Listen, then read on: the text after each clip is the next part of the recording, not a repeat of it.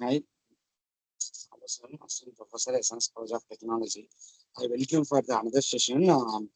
The robotics, right? I have repeated also the robots and the previous videos. So you can understand that what is the purpose of robots, what are the different type of robots we are used, and what are the different type of sensors we are using in the robots within a short manner.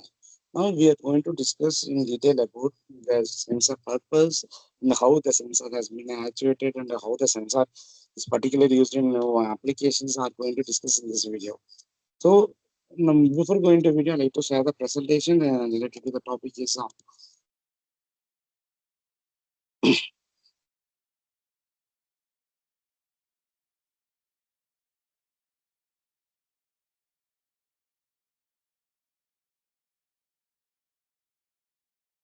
so as I said that the sensor is a device that measures an input value like heat, light, motion, temperature, pressure, and moisture from its environment.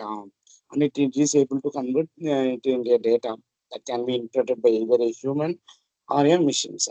So normally these sensors are classified based on two different categories. One is an internal state sensor and another, sorry, analog and digital sensors. So everybody knows analog is a form of wave. Right? So as shown in the figure, right, the analog is converts the physical data into an analog signal sensors, which the sensors are more precise than digital sensors. Where the digital sensors are limited to a finite set of possible values. Like the second chart is like a bar chart or pie chart or whatever you say. So the data was not accurate based upon the pretended values. But analog sensors are more precise as I said that. So apart from that, it normally it works from the different laws. The first and foremost law is an Ampere's law, which normally defines a current carrying most defines a current carrying conductors, right? So as I said that the current carrying conductors, which is used to normally conducting that industries, right? So current carrying conductor in a magnetic field. So normally generalized into an categorization where it is used to, as I said that it is used to then the values, right? So give me a minute. Like I had issues in this is.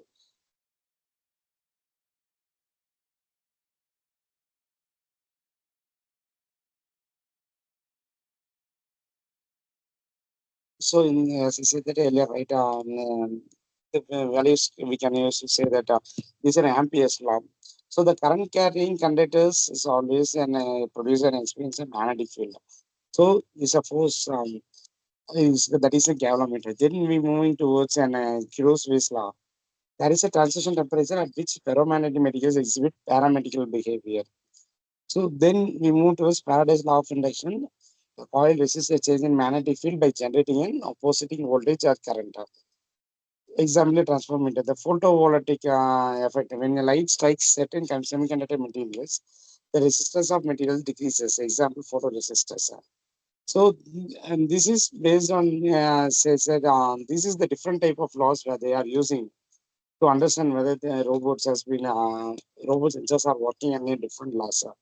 So as I said that earlier, right, these robo sensors are mightily useful to understand what is the particular purpose and what is the differentiation, how the robot sensors are make into considerations.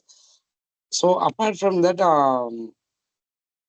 so the robots they classified into two categories. So the first one is internal state sensors, second one is an external state sensors.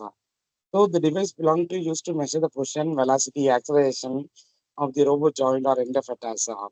Sensors like potentiometer, tachometer, synchronous resolvers, differential transformators, optical interpreters, optical encoders, and accelerometers are the different categories where they are entered into internal sensors. And external sensors is a device being used to monitor the relationship between